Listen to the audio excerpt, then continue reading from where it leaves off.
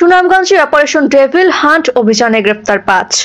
আজ রবিবার ১৬ ফেব্রুয়ারি দুপুরে সুনামগঞ্জ মিডিয়া সেল এর দেয়া তথ্য মতে সুনামগঞ্জ জেলা পুলিশের উদ্যোগে বিশেষ অভিযান অপারেশন ডেভিল হান্ট পরিচালিত হচ্ছে।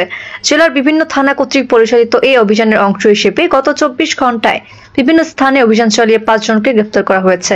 গ্রেপ্তারকৃতরা হলেন জগন্নাথপুর থানাধীন গৌরীপুর গ্রামের বাসিন্দা ও নিষিদ্ধ সংগঠন রানীগঞ্জ ইউনিয়ন ছাত্রলীগের সাংগঠনিক সম্পাদক জুয়েল আহমদ, ধর্মপাশা থানাধীন সুনই গ্রামের বাসিন্দা ও পাইকুরাটি ইউনিয়ন আওয়ামী যুবলীগের সদস্য শরীফ আহমদ মামুন, দোয়ারাবাজার থানাধীন নরসিংপুর গ্রামের বাসিন্দা ও দোয়ারাবাজার উপজেলা স্বেচ্ছাসেবক লীগের যুগ্ম আহ্বায়ক আবুল কালাম অনিক, জামালগঞ্জ থানাধীন কালীপুর গ্রামের বাসিন্দা ও জামালগঞ্জ উত্তর ইউনিয়ন আওয়ামী লীগের আহ্বায়ক মিটন পাল, ছাতক থানাধীন কালিদাসপাড়া গ্রামের বাসিন্দা নিষিদ্ধ সংগঠন সুনামগঞ্জ জেলা ছাত্রলীগের সিনিয়র সদস্য আল মেরাজ পাপ্পু।